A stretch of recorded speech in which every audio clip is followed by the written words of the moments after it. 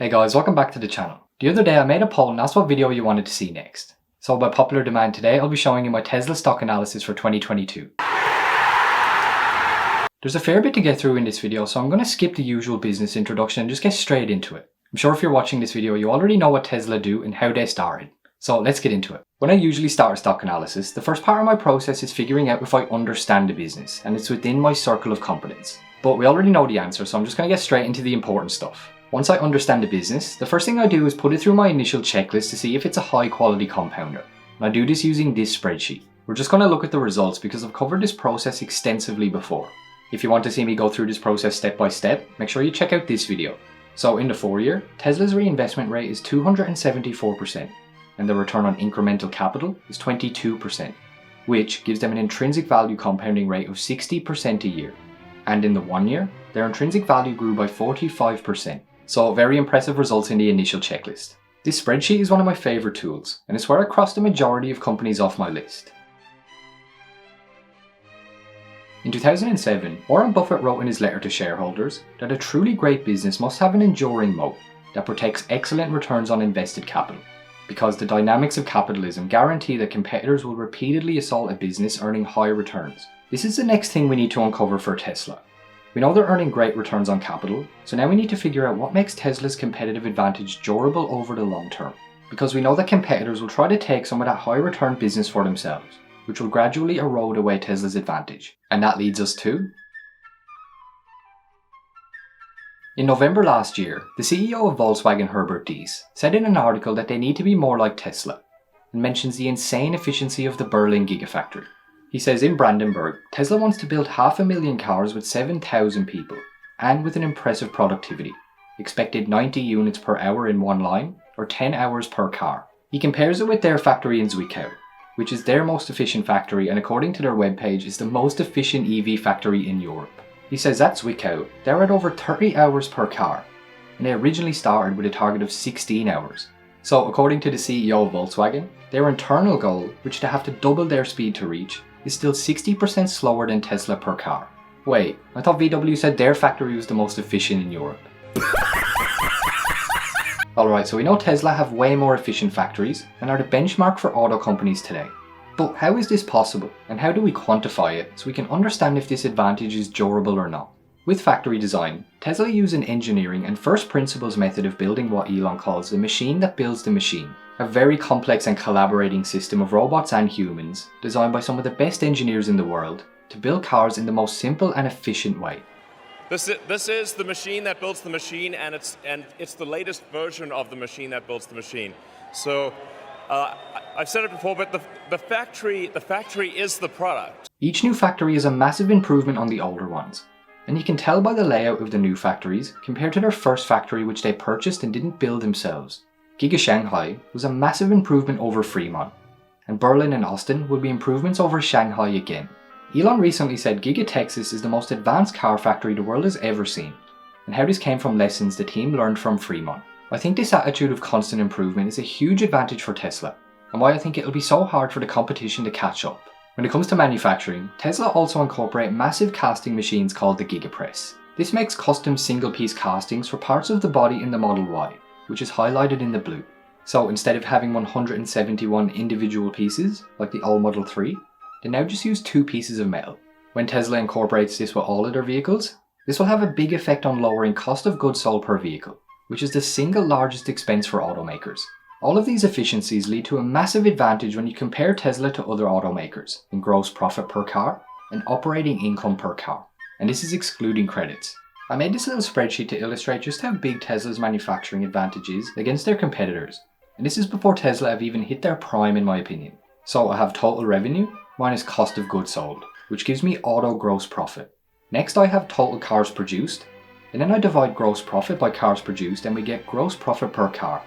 And you can pause to check out the results if you're interested.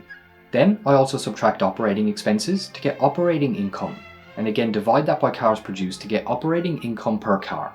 You can see Tesla smashed just about everybody except Mercedes, and they still beat them despite having a lower average sale price. Even though Ford, VW and Toyota have half the average sale price of Tesla are still more than double the profit per car.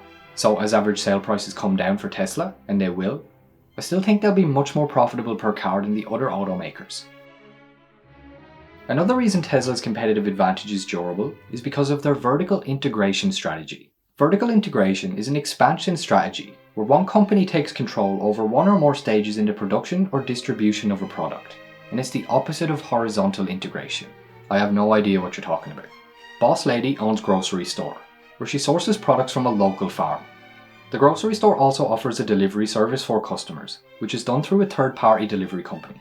Horizontal integration is if Boss Lady buys another grocery store, or two, and expands the business horizontally. Vertical integration is Boss Lady buying the farm where her products are sourced, or buying the delivery service that delivers her products, or perhaps she buys both. Because she bought both the farm and delivery service, Boss Lady expands her business vertically and now has control over all aspects of the supply chain, from picking the fruit to delivering the product to the customer.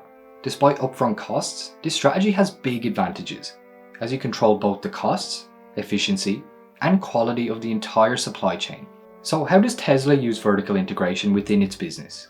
The first main way is through their business-to-consumer business model. Tesla opt to sell their cars online to customers directly, which completely bypasses the dealership model. This saves customers money and stress by avoiding dealership markups and haggling with salespeople, and it allows Tesla to better control the price and the overall experience. Another way Tesla vertically integrate is in-house battery design and production. Perhaps the biggest obstacle in the way of global EV production is battery supply constraints. Lithium-ion batteries for EVs are currently one of the most expensive parts of manufacturing, and most other automakers outsource their batteries from suppliers rather than design and manufacture them in-house. Once again, Tesla deciding to design them in-house was a big leap of faith, and one that would have huge implications if successful. Like I already mentioned, batteries are one of the most expensive components in an EV, and at Battery Day last year, Elon and the team unveiled their new revolutionary in-house battery cell, called the 4680 cell. This will lead to a massive 50% reduction in cost per kilowatt hour, and it allows Tesla to control the scale and production according to their needs. This is good for two reasons. One, they control the design and quality of the batteries themselves, and two, they cut costs dramatically for one of the most expensive components in their products. The final way Tesla vertically integrate is building their own charging network. Tesla realized that the government or any other company weren't doing much to advance EV adoption by building a charging network, so Tesla decided to do it themselves. Every quarter, Tesla keep ramping up deployment of their supercharger stations and have by far the largest charging network out of any other company globally. I think this competitive advantage is pretty obvious. Like, imagine if Toyota or Ford own most of the service stations right now, and that's what Tesla are setting themselves up for. There's so many other examples of Tesla's vertical integration that we're yet to see results in, like in-house AI and training computers for FSD, Tesla insurance, robo-taxis, and so much more that I'll save for another video soon as the story becomes more clear. The last point I want to bring up before moving on to valuation is the runway, or how long they can keep compounding and growing before slowing down. I tried to use all of the information available and a little bit of imagination to determine how long the potential runway is for Tesla. And destination analysis, as Nick Sleep calls it, is where I spend the majority of my time thinking about potential investments, and it's one of the main principles in my own framework. Just to save time, I'll focus on the main points about Tesla's runway. And the most important place to start is probably Tesla's market share in global car sales.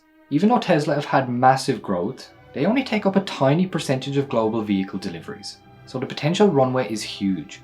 When I show you my delivery projections and valuation, which you'll see in a minute, I have them reaching just over 10 million vehicles by 2031, which is only up to the first white line here. It is possible that they could produce way more and blow my expectations away, but just remember this chart when I show you guys my projections. The next part of their runway is what I just call software. This is a broad group that factors self-driving software and robo-taxis, which both sound identical but they have distinct differences. FSD, or full self-driving, is their camera-based neural network, which is a fancy term for eyes and a brain, and this can be refined and trained using Tesla's training supercomputers. At this year's AI Day, Tesla showed the world just how far ahead they are in software and AI, not just manufacturing. This is of course revolutionary technology, and the runway is just beginning. So the obvious implication of solving FSD, which Tesla have teased at, is a network of driverless robo-taxis, which are owned and operated by Tesla. If this ends up happening, the runway is enormous, and it would be a massive disruption to Uber and the taxi industry. The last part of Tesla's runway is insurance. I just don't know how the other insurance companies will be able to compete with Tesla on price. as Tesla have so much more data on their drivers, including safety scores. And in the near future, they'll potentially offer full self-driving, which is 10 times safer than a human with data-backed evidence. Again, the runway here is huge, and I think Tesla will become the biggest insurer of Tesla vehicles worldwide in just a few years.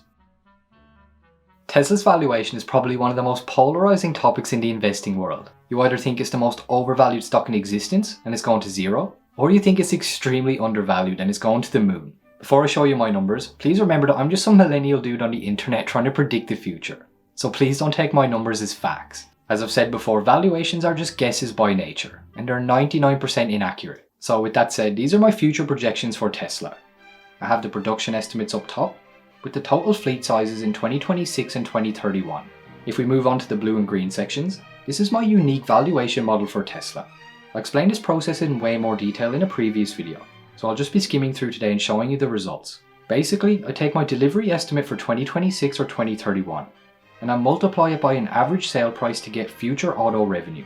For 2031, I used 11.2 million cars times a 35,000 average sale price. Then I estimated energy revenue and also FSD subscriptions by assuming a 50% take rate for FSD on the entire fleet.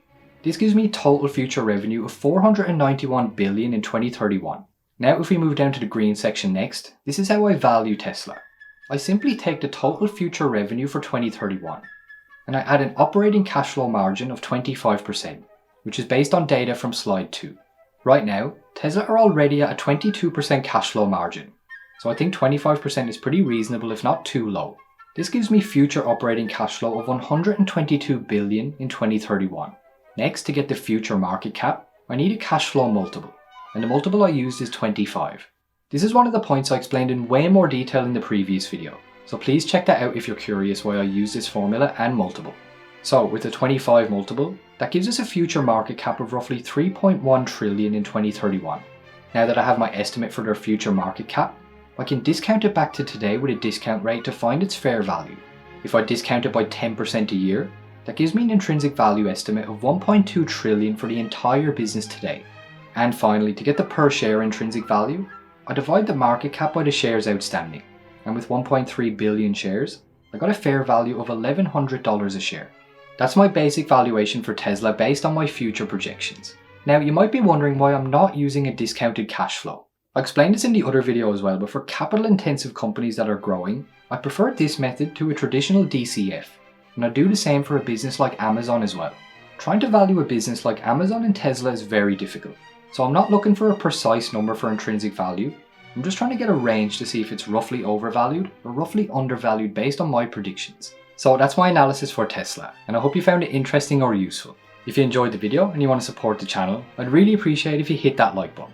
And if you want to see more videos like this one or join our community, then hit that subscribe button. If you voted on a different choice in the poll, don't worry because I plan on making all the top choices my next few videos. If you've watched the video all the way to the end, thank you so much for watching. And if you're still bored, I'll put another video up in the corner that I think you'll like. And as always, this video is not financial advice and I'm not a financial advisor. So please always do your own research before making any investment decisions. So that's it for today. Thank you so much for watching and I'll see you guys in the next one.